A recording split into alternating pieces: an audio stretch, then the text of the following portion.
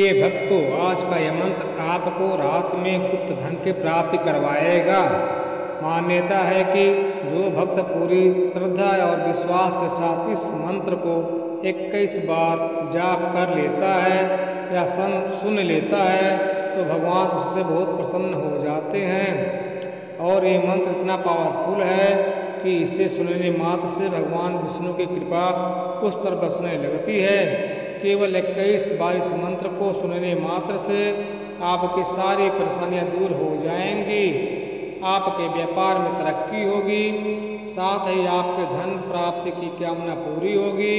भगवान श्री नारायण के इस मंत्र के निरंतर सुनने से और जाप करने से माता लक्ष्मी आप पर प्रसन्न होगी और आपको कभी गरीबी का सामना नहीं करना पड़ेगा।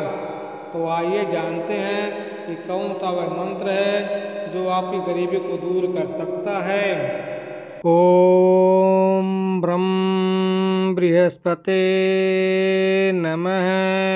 ओम ब्रह्म बृहस्पते नमः। ओम ब्रह्म बृहस्पते नमः। ओम ब्रह्म बृहस्पते नमः। ओम ब्रह्म बृहस्पते नमः। ओम ब्रह्म बृहस्पते नमः। ओम ब्रह्म बृहस्पते नमः।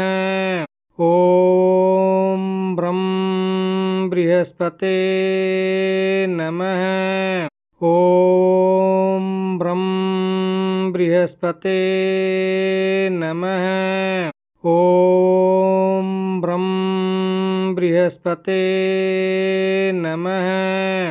ओम ब्रह्म बृहस्पते नमः। ओम ब्रह्म बृहस्पते नमः। ओम ब्रह्म बृहस्पते नमः। ओम ब्रह्म बृहस्पते नमः। ओम ब्रह्म बृहस्पते नमः। ओम ब्रह्म बृहस्पते नमः। ओम ब्रह्म बृहस्पते नमः। ओम ब्रह्म बृहस्पते नमः। ओम ब्रह्म बृहस्पते नमः।